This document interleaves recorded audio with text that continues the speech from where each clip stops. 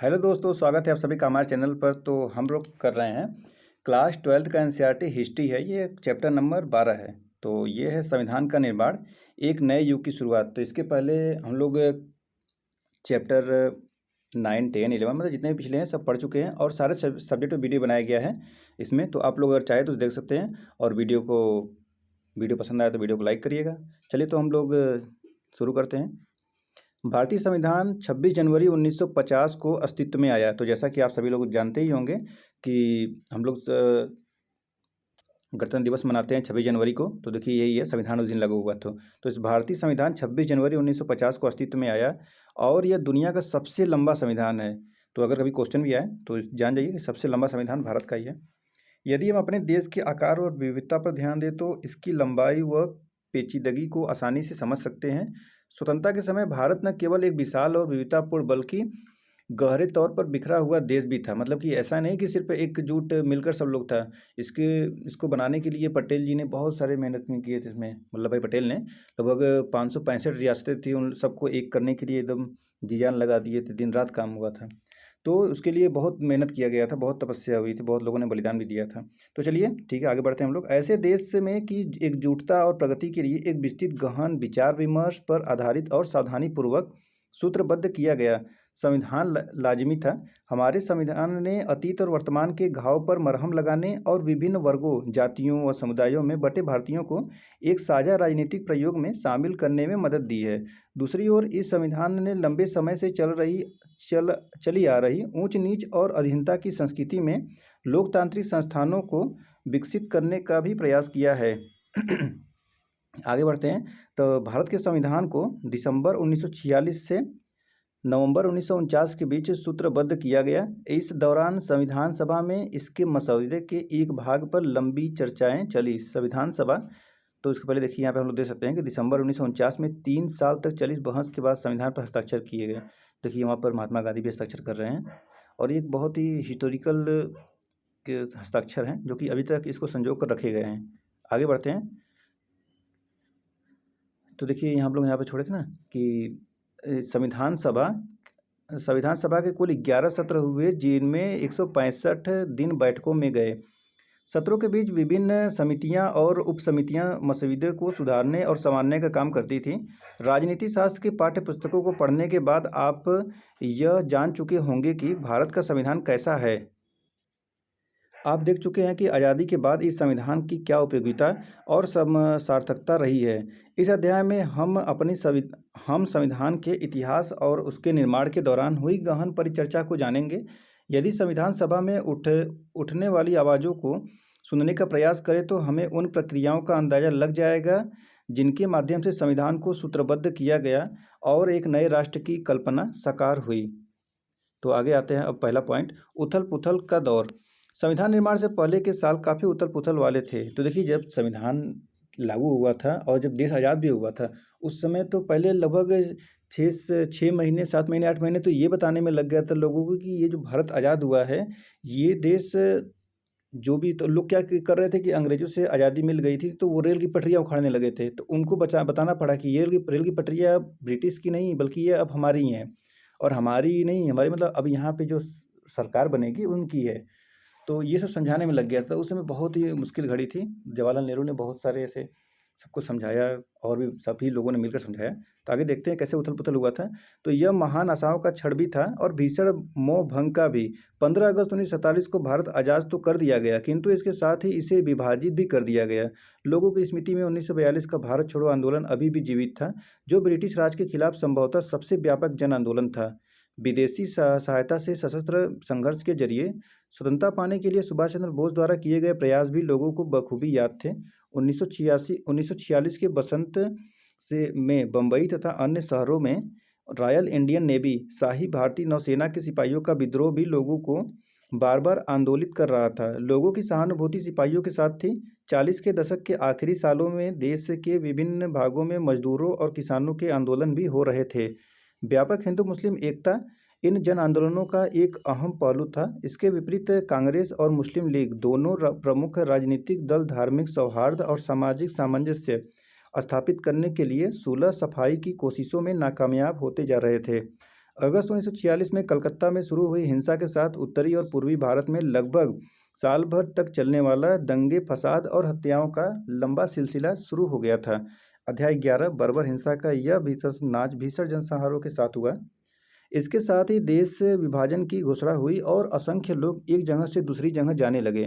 15 अगस्त 1947 को स्वतंत्रता दिवस पर आनंद और उम्मीद का जो माहौल था वह उस समय के लोगों को कभी नहीं भूलेगा। लेकिन भारत को बहुत सारे मुसलमानों और पाकिस्तान में रहने वाले हिंदुओं और सिखों के लिए यह एक निर्मम चुनाव का क्षण था। उनके सामने यह तत्क्षण मृत्यु तथा पीढ़ियों पुरानी जड़ों से उखड़ जाने के बीच चुनाव का क्षण था। करोड़ों शरणार्थी यहाँ से वहाँ जा रहे थे। मुसलमान पूर्वी व पश्चिमी पाकिस्तान की तरफ तो हिंदू और सिख पश्चिमी बंगाल व पूर्वी पंजाब की तरफ बढ़े जा रहे थे। उनमें से बहुत सारे कभी मंजिल तक नहीं पहुँचे, बीच रास्ते में ही मर गए। नवजात राष्ट्र के सामने इतनी ही गंभीर एक और समस्या देशी रियासतों को लेकर थी। ब्रिटिश राज के दौरान उपमहाद्वीप का लगभग 1/3 भूभाग ऐसे नवाबों और रजवाड़ों के नियंत्रण में था जो ब्रिटिश ताज की अधीनता स्वीकार कर चुके थे। उनके पास अपने राज्यों को जैसे चाहे चलाने की सीमित ही सही लेकिन काफ़ी आज़ादी थी। जब अंग्रेज़ों ने भारत छोड़ा तो इन नवाबों और राजाओं की संवैधानिक स्थिति बहुत अजीब हो गई। एक समकालीन प्रेक्षक ने कहा था कि कुछ महाराजा तो बहुत सारे टुकड़ों में बटे भारत में स्वतंत्र सत्ता का सपना देख रहे थे। संविधान सभा की बैठकें इसी पृष्ठभूमि में संपन्न हो रही थी। बाहर जो कुछ चल रहा था उससे संविधान सभा में होने वाली बहस और विचार विमर्श भी भला अछूता कैसे रह सकता था। संविधान सभा का गठन। संविधान सभा के सदस्यों का चुनाव सार्वभौमिक मताधिकार के आधार पर नहीं हुआ था। 1945-46 की सर्दियों में भारत के प्रांतों में चुनाव हुए थे। इसके पश्चात प्रांतीय संसदों ने संविधान सभा के सदस्यों को चुना। नई संविधान सभा में कांग्रेस प्रभावशाली थी। प्रांतीय चुनाव में कांग्रेस ने सामान्य चुनाव क्षेत्रों में भारी जीत प्राप्त की और मुस्लिम लीग को अधिकांश आरक्षित मुस्लिम सीटें मिल गई। लेकिन लीग ने संविधान सभा का बहिष्कार उचित समझा और एक अन्य संविधान बनाकर उसने पाकिस्तान की मांग को जारी रखा। शुरुआत में समाजवादी भी संविधान सभा से परे रहे क्योंकि वे उसे अंग्रेज़ों की बनाई हुई संस्था मानते थे। वे मानते थे कि इस सभा का वाकई स्वायत्त होना असंभव है। इन सभी कारणों से संविधान सभा के 82% सदस्य कांग्रेस पार्टी के ही सदस्य थे, परंतु सभी कांग्रेस सदस्य एक मत नहीं थे। कई निर्णायक मुद्दों पर उनके मत भिन्न हो सकते थे। कई कांग्रेसी समाजवाद से प्रेरित थे तो कई अन्य जमींदारी के हिमायती थे। कुछ सांप्रदायिक दलों के करीब थे, लेकिन कई पक्के धर्मनिरपेक्ष राष्ट्रीय आंदोलन की वजह से कांग्रेसी वाद विवाद करना और मतभेदों पर बातचीत कर समझौतों की खोज करना सीख गए थे। संविधान सभा में भी कांग्रेस सदस्यों ने कुछ ऐसा ही रुख अपनाया। संविधान सभा में हुई चर्चाएं जनमत से भी प्रभावित होती थी। जब संविधान सभा में बहस होती थी तो विभिन्न पक्षों की दलीलें अखबारों में भी छपती थी और तमाम प्रस्तावों पर सार्वजनिक रूप से बहस चलती थी। इस तरह प्रेस में होने वाली इस आलोचना और जवाबी आलोचना से किसी मुद्दे पर बनने वाली सहमति या असहमति पर गहरा असर पड़ता था। सामूहिक सहभागिता बनाने के लिए जनता के सुझाव भी आमंत्रित किए जाते थे। कई भाषाई अल्पसंख्यक अपनी मातृभाषा की रक्षा की मांग करते थे। धार्मिक अल्पसंख्यक अपने विशेष हित सुरक्षित करवाना चाहते थे और दलित जाति शोषण के अंत की मांग करते हुए सरकारी संस्थाओं में आरक्षण चाहते थे। सभा में सांस्कृतिक अधिकारों एवं सामाजिक न्याय के कई महत्वपूर्ण मुद्दों पर चल रही सार्वजनिक चर्चाओं पर बहस हुई। मुख्य आवाज़ें। संविधान सभा में 300 सदस्य थे। इनमें से 6 सदस्यों की भूमिका महत्वपूर्ण रही। इन 6 में से 3 जवाहरलाल नेहरू, वल्लभ भाई पटेल और राजेंद्र प्रसाद कांग्रेस के सदस्य थे। एक निर्णायक प्रस्ताव उद्देश्य प्रस्ताव को नेहरू ने पेश किया था।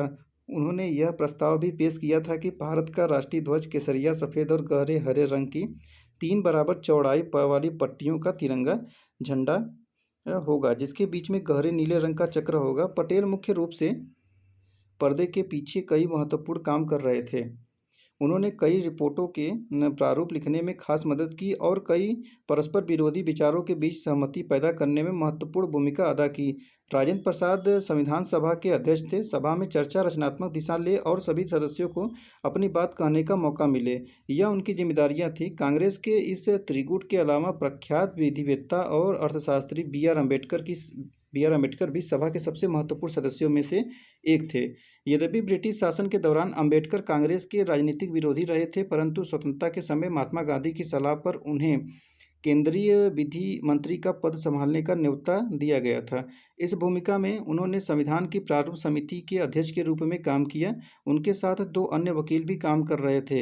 एक गुजरात के के एम मुंशी थे और दूसरे मद्रास के अल्लादी कृष्णा स्वामी अय्यर। दोनों ने ही संविधान के प्रारूप पर महत्वपूर्ण सुझाव दिए। इन 6 सदस्यों को 2 प्रशासनिक अधिकारियों ने महत्वपूर्ण सहायता दी। इनमें से एक बी.एन. राव थे और वह भारत सरकार के संवैधानिक सलाहकार थे और उन्होंने अन्य देशों की राजनीतिक व्यवस्थाओं का गहन अध्ययन करके कई चर्चा पत्र तैयार किए थे। दूसरे अधिकारी एस.एन. मुखर्जी थे। इनकी भूमिका मुख्य योजनाकार की थी। मुखर्जी जटिल प्रस्तावों को स्पष्ट वैदिक भाषा में व्यक्त करने की क्षमता रखते थे। अम्बेडकर के पास सभा में संविधान के प्रारूप को पारित करने की जिम्मेदारी थी। इस काम में कुल मिलाकर 3 वर्ष लगे और इस दौरान हुई चर्चाओं के मुद्रित रिकॉर्ड 11 भारी भरकम खंडों में प्रकाशित हुए। यह लंबी मगर दिलचस्प प्रक्रिया थी। संविधान सभा के सदस्यों ने अपने विविध दृष्टिकोण व बड़ी सफाई से पेश किए थे। उनकी प्रस्तुतियों में हम भारत के भविष्य से जुड़े कई मुद्दों पर परस्पर विरोधी विचार देख सकते हैं।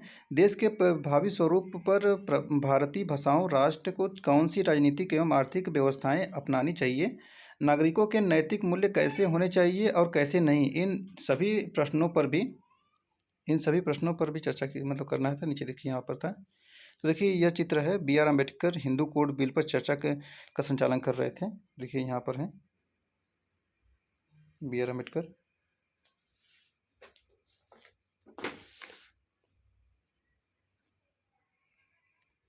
संविधान की दृष्टि।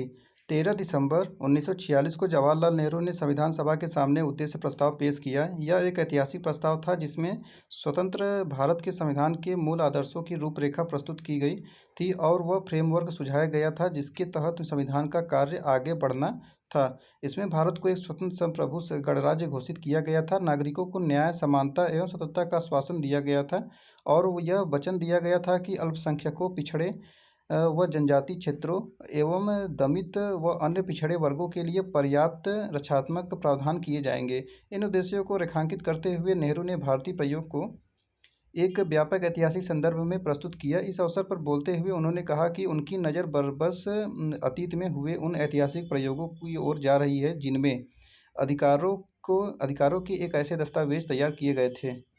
हम सिर्फ नकल करने वाले नहीं हैं। देखिए यहाँ पर है, 13 दिसंबर 1946 को अपने प्रसिद्ध भाषण में जवाहरलाल नेहरू ने कहा था, मेरे जहन में बार बार वे सारी संविधान सभाएं आ रही हैं जो पहले यह काम कर चुकी हैं। मुझे उस महान अमेरिकी राष्ट्र के निर्माण की प्रक्रिया का ख्याल आ रहा है जहां राष्ट्र निर्माताओं ने एक ऐसा संविधान रच दिया जो इतने सारे सालों 1.5 सदी से भी ज़्यादा समय तक काल की कसौटी पर खरा उतरा। उन्होंने एक महान राष्ट्र गढ़ा जो उसी संविधान पर आधारित है। इसके साथ ही मेरी नज़र उस महान क्रांति की ओर जाती है जो 150 साल पहले एक अन्य स्थान पर हुई थी। मुझे उस संविधान सभा का विचार आता है जो स्वतंत्रता के लिए इतने सारे संघर्ष लड़ने वाले पेरिस के भव्य एवं खूबसूरत शहर में जुटी थी। उस संविधान सभा ने कितनी मुश्किलों का सामना किया था और किस तरह राजा व तमाम अन्य अधिकारी उसके रास्ते में रोड़ा बन रहे थे। इतिहास के ये सारे अध्याय बरबस मुझे याद आ रहे हैं। सदन इस बात को याद रखेगा कि जब इस तरह की मुश्किलें आई और जब उन संविधान सभाओं के लिए एक कमरा तक नहीं दिया जा रहा था तो उन्होंने टेनिस के खुले मैदान में सभा की थी और एक शपथ ली थी कि जिसे टेनिस कोर्ट की शपथ के नाम से जाना जाता है। उन्होंने राजाओं व अन्य ताकतों की रुकावटों के बावजूद अपनी बैठकें जारी रखी और तब तक वहां से नहीं हिले जब तक उन्होंने अपना काम पूरा नहीं कर लिया था। मुझे विश्वास है कि हम भी उसी शुद्ध भावना से यहाँ इकट्ठा हुए हैं और चाहे हमारी बैठक इस कक्ष में हो या कहीं और, चाहे खेतों में हो या बाजार में, हमारी बैठकें तब तक जारी रहेंगी जब तक हम अपना काम पूरा नहीं कर लेंगे। जारी। देखिए आगे है, इसके साथ ही मुझे हाल के एक क्रांति का विचार आता है, जिसमें एक नए किस्म के राज्य का जन्म हुआ। यह रूस की क्रांति थी, जिसने दुनिया के एक शक्तिशाली देश के रूप में सोवियत समाजवादी गणराज्य को जन्म दिया। आज यह देश दुनिया में अप्रतिम भूमिका निभा रहे हैं। यह न केवल दुनिया का ताकतवर देश है, बल्कि हमारा पड़ोसी भी है। ये सारे महान प्रयोग हमारे सामने हैं। हमें उनकी सफलताओं में सीखना है और उनकी विफलताओं से बचने का प्रयास करना है। हो सकता है कि हम उन्हीं विफलताओं से बचने में सफल न हो पाएँ, क्योंकि किसी भी इंसानी कोशिश में थोड़ी बहुत नाकामी की गुंजाइश तो रहती ही है। परंतु मुझे विश्वास है कि तमाम रुकावटों व कठिनाइयों के बावजूद हम आगे बढ़ेंगे और उस सपने को प्राप्त व साकार करके ही दम लेंगे, जिसे हम इतने अरसे से अपने दिलों में संजोए हुए हैं। हमने एक स्वतंत्र संप्रभु गणराज्य की स्थापना का दृढ़ और पवित्र संकल्प लिया है। भारत का संप्रभु होना नियत है, इसका स्वतंत्र होना और गणराज्य होना भी स्वाभाविक है। कुछ मित्रों ने सवाल उठाया है, आपने यहाँ लोकतांत्रिक शब्द क्यों नहीं रखा? मैंने उन्हें कहा है कि निसंदेह यह सोचा जा सकता है कि कोई गणराज्य लोकतांत्रिक न हो, परंतु हमारा पूरा इतिहास इस तथ्य का साक्षी है कि हम लोकतांत्रिक संस्थानों के ही पक्षधर हैं। स्वाभाविक है कि हमारा लक्ष्य लोकतंत्र है, लोकतंत्र से कम कुछ भी नहीं। यह लोकतंत्र कैसा होगा, उसकी शक्ल सूरत कैसी होगी, यह एक अलग मसला है। आज के लोकतंत्रों ने दुनिया की प्रगति में ज़बरदस्त भूमिका निभाई है और उनमें से बहुत सारे यूरोप तथा अन्य स्थानों के देश हैं। परंतु यह संदेहजनक हो सकता है कि अगर उन्हें पूरी तरह लोकतांत्रिक बने रहना है तो न जाने कब उन लोकतंत्रों को अपनी शक्ल सूरत थोड़ी बहुत बदलनी पड़ती। मैं आशा करता हूँ कि किसी कथित लोकतांत्रिक देश की एक खास लोकतांत्रिक प्रणाली या किसी संस्थान विशेष की हम सिर्फ नकल करने वाले नहीं हैं। हो सकता है कि हम उससे बेहतर कुछ रच दें। बहरहाल किसी भी सूरत में हम यहाँ जैसी चाहे सरकार बनाएं, वह हमारे लिए हमारे लोगों के स्वभाव के अनुरूप और उनको स्वीकार जरूर होनी चाहिए। हम लोकतंत्र के हक में हैं। यह इस सदन को तय करना है कि इस लोकतंत्र पूर्णतम लोकतंत्र का स्वरूप कैसा होगा। सदन इस बात को देख सकता है। यद्यपि इस प्रस्ताव में हमने लोकतांत्रिक शब्द का इस्तेमाल नहीं किया है, क्योंकि हमें लगा कि यह तो स्वाभाविक ही है कि गणराज्य शब्द में यह शब्द पहले ही निहित होता है। इसलिए हम अनावश्यक और अनुपयोगी शब्दों का प्रयोग नहीं करना चाहते थे। हमने शब्दों के उपयोग मात्र से कहीं ज़्यादा ध्यान दिया है। हमने इस प्रस्ताव में लोकतंत्र की अंतर्वस्तु प्रस्तुत की है, बल्कि लोकतंत्र की ही नहीं, आर्थिक लोकतंत्र की अंतर्वस्तु प्रस्तुत की है। अन्य सदस्यों को इस बात पर आपत्ति हो सकती है कि इस प्रस्ताव में हमने भारत को एक समाजवादी राज्य बनाने का उल्लेख क्यों नहीं किया है। यहाँ मेरा केवल इतना ही कहना है कि मैं समाजवाद का समर्थक हूँ और मुझे आशा है कि एक दिन भारत किस भी समाजवाद के पक्ष में होगा और वही भारत एक समाजवादी राज्य की स्थापना के मार्ग पर चलेगा। और मुझे पूरा विश्वास है कि एक दिन पूरी दुनिया को इसी मार्ग पर चलना होगा। ये संविधान सभा में बहस खंड 1 में हुआ था। तो देखिए, नेहरू के भाषण स्रोत 1 के सावधानी से पड़ताल की जानी चाहिए। उसमें कहा जा रहा है कि नेहरू के अतीत प्रेम से क्या पता चलता है। संविधान की दृष्टि को निर्धारित करने वाले विचारों के उद्गम के बारे में वह क्या कह रहे हैं। अतीत की ओर जाते हुए अमेरिकी और फ्रांसीसी क्रांति का हवाला देते हुए नेहरू भारत में संविधान निर्माण के इतिहास को मुक्ति व स्वतंत्रता के एक लंबे ऐतिहासिक संघर्ष का हिस्सा सिद्ध कर रहे हैं। वह भारतीय संघर्ष के ऐतिहासिक महत्व को अतीत के क्रांतिकारी क्षणों के समकक्ष बता रहे हैं। लेकिन नेहरू के कहने का आशय यह नहीं है कि उन घटनाओं को आज के लिए ब्लूप्रिंट मान लिया जाए, या कि उन क्रांतियों के विचारों को बिना सोचे विचारे भारत पर लागू किया जा सकता है। वह किसी खास तरह के लोकतंत्र को अपनाने का विरोध करते हैं और कहते हैं कि हमारे लोकतंत्र की रूपरेखा हमारे बीच होने वाली चर्चा से भी उभरेगी।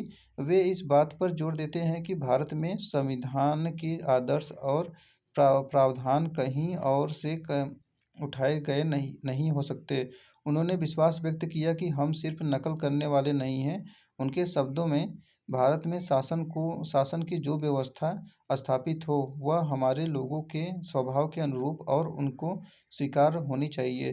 पश्चिम से वहाँ की उपलब्धियों और विफलताओं से सबक लेना जरूरी तो नहीं है, लेकिन हमें याद रखना चाहिए कि पश्चिमी समाजों को अन्य स्थानों पर हुए प्रयोगों से बहुत कुछ सीखना पड़ा था। लोकतंत्र की अपनी अवधारणा बदलनी पड़ी थी। भारतीय संविधान का उद्देश्य यह होगा कि लोकतंत्र के उदारवादी विचारों और आर्थिक न्याय के समाजवादी विचारों का एक दूसरे में समावेश किया जाए और भारतीय संदर्भ में इन विचारों की रचनात्मक व्याख्या की जाए। नेहरू इस बात पर जोर दे रहे थे कि भारत के लिए क्या उचित है, इस बारे में हमें रचनात्मक ढंग से सोचना चाहिए। दूसरा का पहला है लोगों की इच्छा। संविधान सभा के कम्युनिस्ट सदस्य सोमनाथ लाहिड़ी को संविधान सभा की चर्चाओं पर ब्रिटिश साम्राज्यवाद का साया दिखाई देता था। उन्होंने सदस्यों तथा आम भारतीयों से आग्रह किया कि वे साम्राज्यवादी शासन के प्रभाव से खुद को पूरी तरह आज़ाद कर करें। 1946 से 47 के जाड़ों में जब संविधान सभा में चर्चा चल रही थी तो अंग्रेज अभी भी भारत में ही थे। जवाहरलाल नेहरू के नेतृत्व में अंतरिम सरकार शासन तो चला रही थी, परंतु उसे सारा काम वायसराय तथा लंदन में बैठी ब्रिटिश सरकार की देखरेख में करना पड़ता था। लाहिड़ी ने अपने साथियों को समझाया कि संविधान सभा अंग्रेजों की बनाई हुई है और वह अंग्रेजों की योजना को साकार करने का काम कर रही है। तो देखिए, ये अंतरिम सरकार के लोग सदस्य हैं। तो आप लोग इसकी कितने लोगों को पहचान रहे हैं? देखिए, अटल बिहारी वाजपेयी हैं। सॉरी, क्या कह रहा हूँ मैं, अटल बिहारी वाजपेयी नेहरू जी हैं और ये पटेल जी हैं। आप लोग देख सकते हैं, और जिसको नहीं पहचान रहे तो आप लोग यहाँ पर देख के पहचान सकते हैं। आगे चलते हैं। ये देखिए, बहुत अच्छा महोदय शब्द उद्गात के लिए है, सोमनाथ लाहिड़ी ने कहा था ये। तो इसको हम पढ़ेंगे बाद में, लास्ट में। उसको आगे पढ़ते हैं। नेहरू ने स्वीकार किया कि ज़्यादातर राष्ट्रवादी नेता एक भिन्न प्रकार की संविधान सभा चाहते थे। एक लिहाज से यह भी सही था कि ब्रिटिश सरकार का उसके गठन में काफ़ी हाथ था और उसने सभा के कामकाज पर कुछ शर्तें भी लगा दी थी। परंतु नेहरू ने कहा, आपको उस स्रोत को नज़रअंदाज नहीं करना चाहिए जहाँ से इस सभा को शक्ति मिल रही है। सरकारें सरकारी कागजों से नहीं बनती। सरकार जनता की इच्छा की अभिव्यक्ति होती है। हम यहाँ इसलिए जुटे हैं क्योंकि हमारे पास जनता की ताकत है और हम उतनी दूर तक ही जाएंगे जितनी दूर तक लोग हमें ले जाना चाहेंगे, फिर चाहे वे किसी भी समूह या पार्टी से संबंधित क्यों न हो। इसलिए हमें भारतीय जनता के दिलों में समाई आकांक्षाओं और भावनाओं को हमेशा अपने जेहन में रखना चाहिए और उन्हें पूरा करने का प्रयास करना चाहिए। संविधान सभा उन लोगों की आकांक्षाओं की अभिव्यक्ति का साधन मानी जा रही है जिन्होंने स्वतंत्रता के आंदोलनों में हिस्सा लिया था। लोकतंत्र, समानता तथा न्याय और आदर्श 19वीं सदी से भारत में सामाजिक संघर्षों के साथ गहरे तौर पर जुड़ चुके थे। जब 19वीं शताब्दी में समाज सुधारकों ने बाल विवाह का विरोध किया और विधवा विवाह का समर्थन किया तो वे सामाजिक न्याय की ही अलग जगा रहे थे। जब विवेकानंद ने हिंदू धर्म में सुधार के लिए मुहिम चलाई तो वह धर्मों को और ज़्यादा न्याय संगत बनाने का ही प्रयास कर रहे थे। जब महाराष्ट्र में ज्योतिबा फुले ने दलित जातियों की पीड़ा का सवाल उठाया या कम्युनिस्टों और सोशलिस्टों ने मजदूरों और किसानों को एकजुट किया तो वे भी आर्थिक और सामाजिक न्याय के लिए ही जूझ रहे थे। एक दमनकारी और अवैध सरकार के खिलाफ राष्ट्रीय आंदोलन अपरिहार्य रूप से लोकतंत्र व न्याय का, नागरिकों के अधिकारों और समानता का संघर्ष भी था। जैसे जैसे प्रतिनिधित्व की मांग बढ़ी, अंग्रेजों को चरणबद्ध ढंग से संवैधानिक सुधार करने पड़े। प्रांतीय सरकारों में भारतीयों की हिस्सेदारी बढ़ाने के लिए कई कानून यानी 1909 से 1919 और 1935 पारित किए गए। 1919 में कार्यपालिका को आंशिक रूप से प्रांतीय विधायिका के प्रति उत्तरदायी बनाया गया और 1935 के गवर्नमेंट ऑफ इंडिया एक्ट के अंतर्गत उसे लगभग पूरी तरह विधायिका के प्रति उत्तरदायी बना दिया गया। जब गवर्नमेंट ऑफ इंडिया एक्ट के तहत 1937 में चुनाव हुआ तो 11 में से 8 प्रांतों में कांग्रेस की सरकार बनी। इसके बावजूद हम पहले के संवैधानिक बदलाव तथा 1946 से पहले 3 साल के दौरान घटी घटनाओं को स्वाभाविक रूप से एक ही प्रक्रिया का हिस्सा नहीं मान सकते।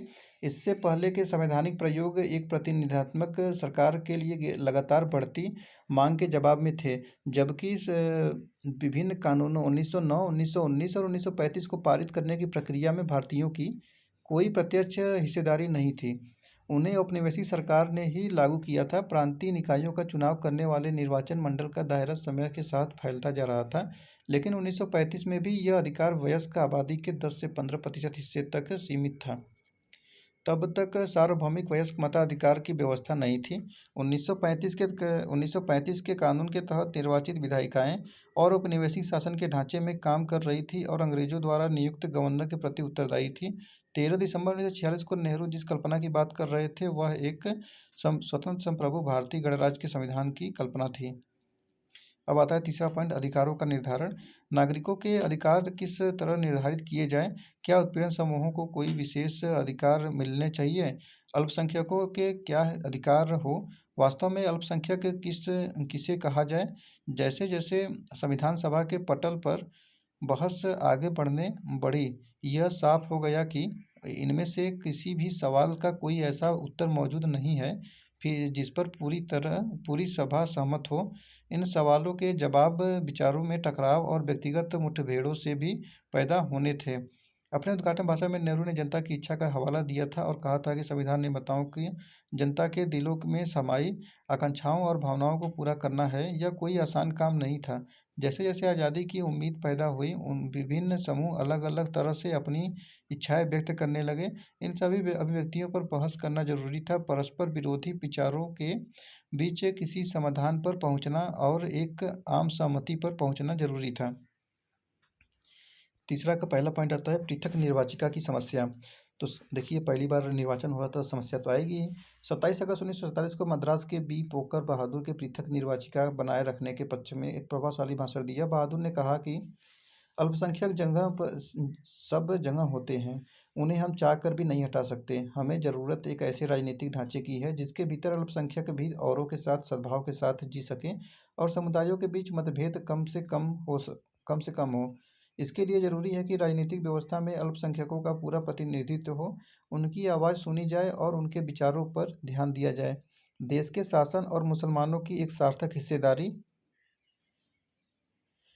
सुनिश्चित करने के लिए पृथक निर्वाचिका के अलावा और कोई रास्ता नहीं हो सकता। बहादुर को लगता था कि मुसलमानों की ज़रूरतों को गैर मुसलमान अच्छी तरह नहीं समझ सकते, न ही अन्य समुदायों के लोग मुसलमानों का कोई सही प्रतिनिधि चुन सकते हैं। पृथक निर्वाचिका की हिमायत में दिए गए इस बयान से ज़्यादातर राष्ट्रवादी भड़क गए और इसके बाद जो गर्मागर्म बहस चली उसमें इस मांग के खिलाफ तरह तरह के तर्क दिए गए। ज़्यादातर राष्ट्रवादियों को लग रहा था कि पृथक निर्वाचिका की व्यवस्था लोगों को बांटने के लिए अंग्रेजों की चाल थी। आरबी धुलेकर ने बहादुर को संबोधित करते हुए कहा था, अंग्रेजों ने संरक्षण के नाम पर अपना खेल खेला। इसकी आड़ में उन्होंने तुम्हें अल्पसंख्यकों को फुसला लिया है। अब इस आदत को छोड़ दो, अब कोई तुम्हें बहकाने वाला नहीं है। विभाजन के कारण तो राष्ट्रवादी नेता पृथक निर्वाचिका के प्रस्ताव पर और भड़कने लगे थे। उन्हें निरंतर गृहयुद्ध, दंगों और हिंसा की आशंका दिखाई देती थी। सरदार पटेल ने कहा था कि पृथक निर्वाचिका एक ऐसा विष है जो हमारे देश की पूरी राजनीति में समा चुका है। उनकी राय में यह एक ऐसी मांग थी जिसने एक समुदाय को दूसरे समुदाय से भिड़ा दिया, राष्ट्र के टुकड़े कर दिए, रक्तपात को जन्म दिया और देश के विभाजन का कारण बनी। पटेल ने कहा, क्या तुम इस देश में शांति चाहते हो? अगर चाहते हो तो इसे पृथक निर्वाचिका को फौरन छोड़ दो। देखिए, यहाँ अंग्रेज तो चले गए मगर जाते जाते शरारत की बीज बो गए थे, तो इसके बारे में हम लोग पढ़ेंगे। वल्लभ भाई पटेल ने कहा था। आगे हम लोग पढ़ते हैं पृथक निर्वाचन के बारे में है। और उसके बाद है, मेरा मानना है कि पूर्व पृथक निर्वाचन अल्पसंख्यकों के लिए आत्मघात साबित होगा। तो ये गोविंद बल्लभ पंत ने कहा था। और आगे बढ़ते हैं हम लोग। देखिए, यहाँ पे खंडित निष्ठा के लिए कोई जगह नहीं है, गोविंद बल्लभ पंत ने कहा था। आगे बढ़ते हैं। देखिए, यहाँ पर है तीसरा का दूसरा पॉइंट, केवल इस प्रस्ताव से काम चलने वाला नहीं है। तो उद्देश्य प्रस्ताव का स्वागत करते हुए किसान आंदोलन के नेता और समाजवादी विचारों वाले एनजी रंगा ने आह्वान किया कि अल्पसंख्यक शब्द की व्याख्या आर्थिक स्तर पर की जानी चाहिए। रंगा की नज़र में असली अल्पसंख्यक गरीब और दबे कुचले लोग थे। उन्होंने इस बात का स्वागत किया कि संविधान में प्रत्येक व्यक्ति को कानूनी अधिकार दिए जा रहे हैं, मगर उन्होंने इसकी सीमाओं को भी चिन्हित किया। उन्होंने कहा कि जब तक संविधान सम्मत अधिकारों को लागू करने का प्रभावी इंतजाम नहीं किया जाएगा, तब तक गरीबों के लिए इस बात का कोई मतलब नहीं है कि अब उनके पास जीने का पूर्ण रोजगार का अधिकार आ गया है। या अब वे सभा कर सकते हैं, सम्मेलन कर सकते हैं, संगठन बना सकते हैं और उनके पास अन्य नागरिक स्वतंत्रताएं हैं। यह जरूरी था कि ऐसी परिस्थितियां बनाई जाएं जहां संविधान द्वारा दिए गए अधिकारों का जनता प्रभावी ढंग से प्रयोग कर सके। रंगा ने कहा कि उन्हें सहारों की जरूरत है, उन्हें एक सीढ़ी चाहिए।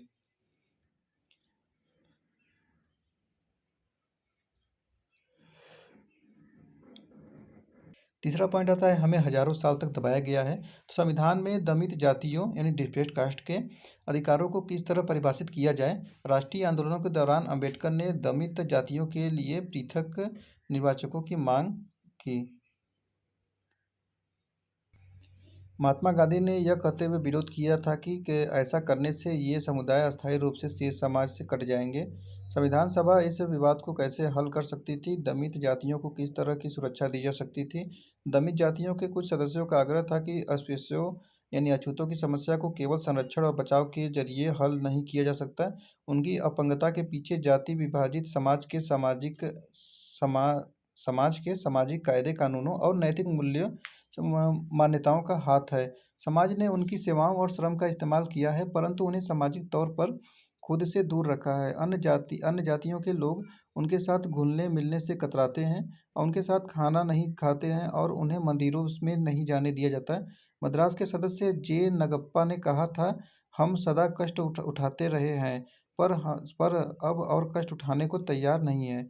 हमें अपनी जिम्मेदारियों का एहसास हो गया है, हमें मालूम है कि अपनी बात कैसे मनवानी है। नगप्पा ने कहा है कि संख्या की दृष्टि से हरिजन अल्पसंख्यक नहीं है, आबादी में उनका हिस्सा 20 से 25% है और उनकी पीड़ा का कारण यह है कि उन्हें बाकायदा समाज व राजनीति के हाशिए पर रखा गया है। उसका कारण उनकी यह संख्यात्मक महत्वहीनता नहीं है, उनके पास न तो शिक्षा तक पहुंच थी और न ही शासन में हिस्सेदारी। सवर्ण बहुमत वाली संविधान सभा को संबोधित करते हुए मध्य प्रांत के श्री केजे खांडेलकर ने कहा था, हमें हजारों साल तक दबाया गया और इस हद तक दबाया कि हमारे दिमाग, हमारी देह काम नहीं करती और अब हमारा हृदय भी भाव शून्य हो चुका है। न ही हम आगे बढ़ने के लायक रह गए हैं और यही हमारी स्थिति है। बंटवारे की हिंसा के बाद अम्बेडकर तक के पृथक निर्वाचिका की मांग छोड़ दी थी। संविधान सभा ने अंततः यह सुझाव दिया कि अस्पृश्यता का उन्मूलन किया जाए, हिंदू मंदिरों को सभी जातियों के लिए खोल दिया जाए और निचली जातियों को विधायिकाओं और सरकारी नौकरियों में आरक्षण दिया जाए। बहुत सारे लोगों का मानना था कि इससे भी सारी समस्याएं हल नहीं हो पाएंगी और सामाजिक भेदभाव को केवल संवैधानिक कानून पारित करके खत्म नहीं किया जा सकता। समाज की सोच में बदलाव लाना होगा, परंतु लोकतांत्रिक जनता ने इन प्रावधानों का स्वागत किया। चौथा पॉइंट है, राज्य की शक्तियाँ। संविधान सभा में इस बात पर काफ़ी बहस हुई कि केंद्र सरकार और राज्य सरकारों के क्या अधिकार होने चाहिए। जो लोग शक्तिशाली केंद्र के पक्ष में थे उनमें जवाहरलाल नेहरू भी थे। संविधान सभा के अध्यक्ष के नाम लिखे पत्र में उन्होंने कहा था, अब जबकि विभाजन एक हकीकत बन चुका है, एक दुर्बल केंद्रीय शासन की व्यवस्था देश के लिए हानिकारक होगी, क्योंकि ऐसा केंद्र शांति स्थापित करने में, आम सरकारों के बीच समन्वय स्थापित करने में और अंतर्राष्ट्रीय स्तर पर पूरे देश के लिए आवाज़ उठाने में सक्षम नहीं होगा। संविधान के इस मसौदे में विषयों की 3 सूचियां बनाई गई थी, केंद्रीय सूची, राज्य सूची, समवर्ती सूची। पहली सूची के लिए विषय केवल केंद्र सरकार के अधीन होने थे, जबकि दूसरी सूची विषय केवल राज्य सरकार अंतर्गत आए। तीसरी विषय सूची ये दोनों के लिए होते हैं, परंतु अन्य संघों की तुलना में बहुत ज़्यादा विषयों को केवल केंद्रीय नियंत्रण में रखा गया था। समवर्ती सूची में भी प्रांतों की इच्छाओं की अपेक्षा करते हुए बहुत ज़्यादा विषय रखे गए। खनिज पदार्थों तथा प्रमुख उद्योगों पर भी केंद्र सरकार को ही नियंत्रण दिया गया। अनुच्छेद 356 में गवर्नर की सिफारिश पर केंद्र सरकार को राज्य सरकार के सारे अधिकार अपने हाथ में ले लेने के अधिकार दे दिया। संविधान में राजकोषीय संघवाद की भी एक जटिल व्यवस्था बनाई गई। कुछ करों जैसे कि सीमा शुल्क और कंपनी कर से होने वाली सारी आय केंद्र सरकार के पास रखी गई। कुछ अन्य मामलों जैसे आयकर और आबकारी शुल्क होने वाली आय राज्य और केंद्र सरकारों के बीच बांट दी गई थी तथा अन्य मामलों से होने वाली आय जैसे राज्य स्तरीय शुल्क पूरी तरह राज्यों को सौंप दी गई। राज्य सरकारों को अपने स्तर पर भी कुछ अधिभार और कर वसूलने का अधिकार दिया गया। उदाहरण के लिए वे जमीन और संपत्ति कर, बिक्री कर तथा बोतल बंद शराब पर अलग से कर वसूल सकते थे। चौथा का पहला पॉइंट था, केंद्र बिखर जाएगा। तो राज्य के अधिकारों की सबसे शक्तिशाली हिमायत मद्रास के सदस्य के संतनम के ने पेश की। उन्होंने कहा कि न केवल राज्यों को बल्कि केंद्र को मजबूत बनाने के लिए भी शक्तियों का पुनर्वितरण जरूरी है। यह दलील एक जिद सी बन गई है कि तमाम शक्तियां केंद्र को सौंप दिए देने से वह मजबूत हो जाएगा। संतनम ने कहा कि यह गलतफहमी है। अगर केंद्र के पास ज़रूरत से ज़्यादा जिम्मेदारियां होंगी तो वह प्रभावी ढंग से काम नहीं कर पाएगा। उसके कुछ दायित्वों में कमी करने से और उन्हें राज्यों को सौंप देने से केंद्र ज़्यादा मजबूत हो सकता है। चौथा का दूसरा पॉइंट आता है, आज हमें एक शक्तिशाली सरकार की आवश्यकता है। तो प्रांतों के लिए अधिक शक्तियों की मांग से सभा में तीखी प्रतिक्रियाएं आने लगी। शक्तिशाली केंद्र की जरूरत को असंख्य अवसरों पर रेखांकित किया जा चुका था। अंबेडकर ने घोषणा की थी कि वह एक शक्तिशाली और एकीकृत केंद्र चाहते हैं। सुनिए सुनिए, 1935 के गवर्नमेंट एक्ट में हमने जो केंद्र बनाया था उससे भी ज़्यादा शक्तिशाली केंद्र। सड़कों पर हो रही जिस हिंसा के कारण देश टुकड़े टुकड़े हो रहा था उसका हवाला देते हुए बहुत सारे सदस्यों ने बार बार यह कहा कि केंद्र की शक्तियों में भारी इजाफा होना चाहिए ताकि वह सांप्रदायिक हिंसा को रोक सके। प्रांतों के लिए अधिक शक्तियों की मांग का जवाब देते हुए गोपाल स्वामी अय्यर ने जोर देकर कहा कि केंद्र ज़्यादा मजबूत होना चाहिए। संयुक्त प्रांत के एक सदस्य बालकृष्ण शर्मा ने विस्तार से इस बात पर प्रकाश डाला कि एक शक्तिशाली केंद्र का होना जरूरी है ताकि वह देश के हित में योजना बना सके, उपलब्ध आर्थिक संसाधनों को जुटा सके, एक उचित शासन व्यवस्था स्थापित कर सके और देश को विदेशी आक्रमण से बचा सके। विभाजन से पहले कांग्रेस ने प्रांतों को काफ़ी स्वायत्तता देने पर अपनी सहमति व्यक्त की थी। कुछ हद तक यह मुस्लिम लीग को इस बात का भरोसा दिलाने की कोशिश की थी कि जिन प्रांतों में लीग की सरकार बनी है वही दखलंदाजी नहीं की जाएगी। बंटवारे को देखने के बाद ज़्यादातर राष्ट्रवादियों की राय बदल चुकी थी। उनका कहना था कि अब एक विकेंद्रीकृत संरचना के लिए पहले जैसे राजनीतिक दबाव नहीं बचे हैं। औपनिवेशिक शासन के द्वारा थोपी गई एकल व्यवस्था पहले से ही मौजूद थी। उस जमाने में हुई घटनाओं से केंद्रीयतावाद को बढ़ावा मिला, जिसे अब अफरा तफरी पर अंकुश लगाने तथा देश के आर्थिक विकास की योजना बनाने के लिए और भी जरूरी माना जाने लगा। इस प्रकार संविधान में भारतीय संघ के घटक राज्यों के अधिकारों की तुलना में केंद्र के अधिकारों की ओर स्पष्ट झुकाव दिखाई देता है। पांचवा पॉइंट आता है, राष्ट्र की भाषा। जब एक देश के विभिन्न भागों में लोग अलग अलग भाषाएं बोलते हैं, उनकी सांस्कृतिक विरासत अलग हो, तो एक राष्ट्र का निर्माण कैसे किया जा सकता है? कैसे लोग एक दूसरे की बात सुन सकते हैं या एक दूसरे से जुड़ सकते हैं जबकि वे एक दूसरे की भाषा भी नहीं समझते? संविधान सभा में भाषा के मुद्दे पर कई महीने तक बहस हुई और कई बार काफ़ी तनातनी पैदा हो गई। 30 के दशक तक कांग्रेस ने यह मान लिया था कि हिंदुस्तानी को का राष्ट्रीय भाषा का दर्जा दिया जाएगा। महात्मा गांधी का मानना था कि हर एक को एक ऐसी भाषा बोलनी चाहिए जिसे लोग आसानी से समझ सकें। हिंदी और उर्दू के मेल से बनी हिंदुस्तानी भारतीय जनता के बहुत बड़े हिस्से की भाषा थी और यह विविध संस्कृतियों के आदान प्रदान से समृद्ध हुई एक साझी भाषा थी। जैसे जैसे समय बीता, बहुत तरह के स्रोतों से नए नए शब्द और अर्थ इसमें समाते गए और उसे विभिन्न क्षेत्रों के बहुत सारे लोग समझने लगे। महात्मा गांधी को लगता था कि यह बहुसांस्कृतिक भाषा विविध समुदायों के बीच संचार की आदर्श भाषा हो सकती है।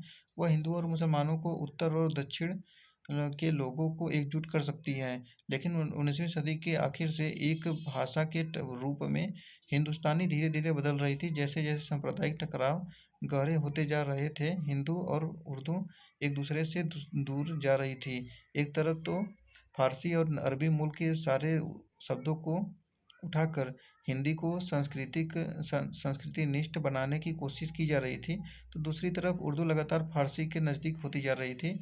नतीजा यह हुआ कि भाषा भी धार्मिक पहचान की राजनीति का हिस्सा बन गई। लेकिन हिंदुस्तानी के साझा चरित्र में महात्मा गांधी की आस्था कम नहीं हुई। अब आता है पांचवा का पहला पॉइंट, हिंदी की हिमायत। तो संविधान सभा के एक शुरुआती सत्र में संयुक्त प्रांत के कांग्रेसी सदस्य आर.बी. धुलेकर ने इस बात के लिए पुरजोर शब्दों में आवाज़ उठाई थी कि हिंदी को संविधान निर्माण की भाषा के रूप में इस्तेमाल किया जाए। जब किसी ने कहा कि सभा के सभी सदस्यों हिंदी नहीं समझते, तो धुलेकर ने पलटकर कहा कि इस सदन में जो लोग भारत का संविधान रचने बैठे हैं और हिंदुस्तानी नहीं जानते, वे इस सभा की सदस्यता के पात्र नहीं हैं, उन्हें चले जाना चाहिए। जब इन टिप्पणियों के कारण सभा में हंगामा खड़ा हुआ तो धुलेकर हिंदी में अपना भाषण देते रहे। जवाहरलाल नेहरू के हस्तक्षेप के चलते आखिरकार सदन में शांति बहाल हुई, लेकिन भाषा का सवाल अगले 3 साल तक बार-बार कार्रवाई में बाधा डालता रहा और सदस्यों को उत्तेजित करता रहा। तकरीबन 3 साल बाद 12 सितंबर 1947 को राष्ट्र की भाषा के सवाल पर धुलेकर के भाषण ने एक बार फिर तूफान खड़ा कर दिया। तब तक संविधान सभा की भाषा समिति अपनी रिपोर्ट पेश कर चुकी थी। समिति ने राष्ट्रीय भाषा के सवाल पर हिंदी के समर्थकों और विरोधियों के बीच पैदा हो गए गतिरोध को तोड़ने के लिए एक फार्मूला विकसित कर लिया था। समिति ने सुझाव दिया कि देवनागरी लिपि में लिखी हिंदी भारतीय भाषा होगी, परंतु इस फार्मूले को समिति ने घोषित नहीं किया था। समिति का मानना था कि हिंदी को राष्ट्रभाषा बनाने के लिए हमें धीरे धीरे आगे बढ़ना चाहिए। इस पहले 15 साल तक सरकारी कामों में अंग्रेजी का इस्तेमाल जारी रहेगा, प्रत्येक प्रांत को अपने कामों के लिए एक क्षेत्रीय भाषा चुनने का अधिकार होगा। संविधान सभा की भाषा समिति ने हिंदी को राष्ट्रभाषा के बजाय राजभाषा कहकर विभिन्न पक्षों की भावनाओं को शांत करने और स्वस्वीकृत संविधान पेश करने का प्रयास किया था। तो इन सब का निष्कर्षतः हम कह सकते हैं कि भारतीय संविधान गहन विवादों और परिचर्चाओं से गुजरते हुए बना और उसके कई प्रावधान लेन देन की प्रक्रिया के जरिए बनाए गए थे। उन पर सहमति तब बन पाई जब सदस्यों ने दो विरोधी विचारों के बीच की जमीन तैयार कर ली, परंतु संविधान के एक केंद्रीय अभिलक्षण पर काफ़ी हद तक सहमति थी। यह सहमति प्रत्येक वयस्क भारतीय को मताधिकार देने पर थी। इसके पीछे एक खास किस्म का भरोसा था जिसके पूर्वोदाहरण अन्य देश के इतिहास में नहीं थे।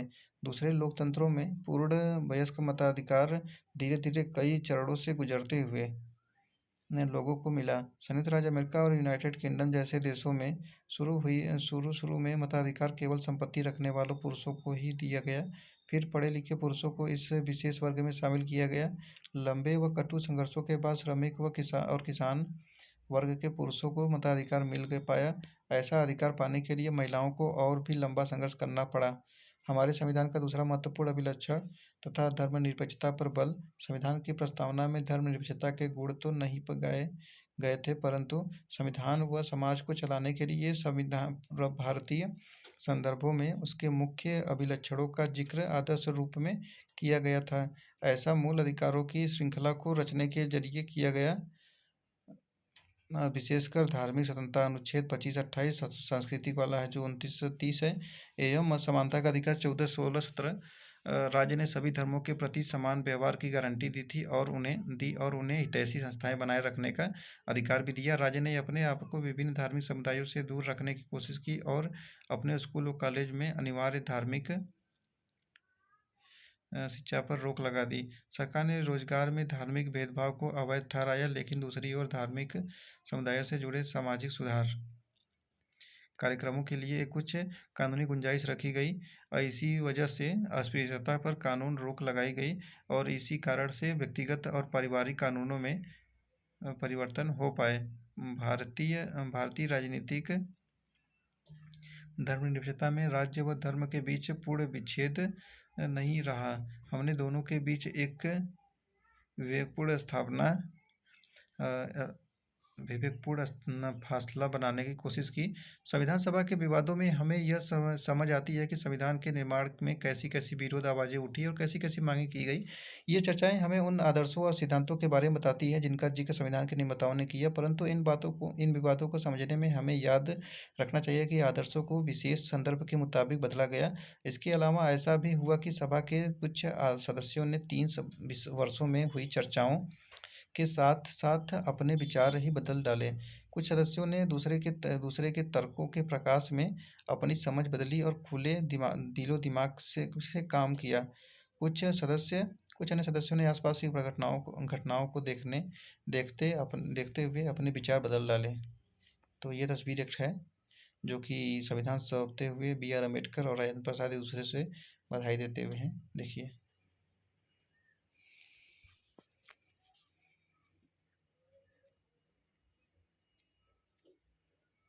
इसका आप उत्तर दे सकते हैं देना चाहे तो देखिए हम लोग पढ़ रहे थे क्लास 12 का एनसीईआरटी, ठीक है, जो कि यह चैप्टर आज 12 पढ़ रहे थे, संविधान का निर्माण, एक नए युग की शुरुआत। तो इस प्रकार यह क्लास 12 का एनसीईआरटी अब समाप्त हो चुका है, इसके आगे नहीं है कुछ भी। तो क्लास 12 का एनसीईआरटी जो कि हिस्ट्री का समाप्त हो चुका है। तो आप इसका प्लेलिस्ट बना हुआ है, आप लोग जाकर पूरा देखिए इसको और समझिए, ठीक है। तो हम लोग फिर मिलते हैं नेक्स्ट वीडियो में, और वीडियो पसंद आया तो लाइक करिएगा और चैनल को सब्सक्राइब करिएगा। धन्यवाद।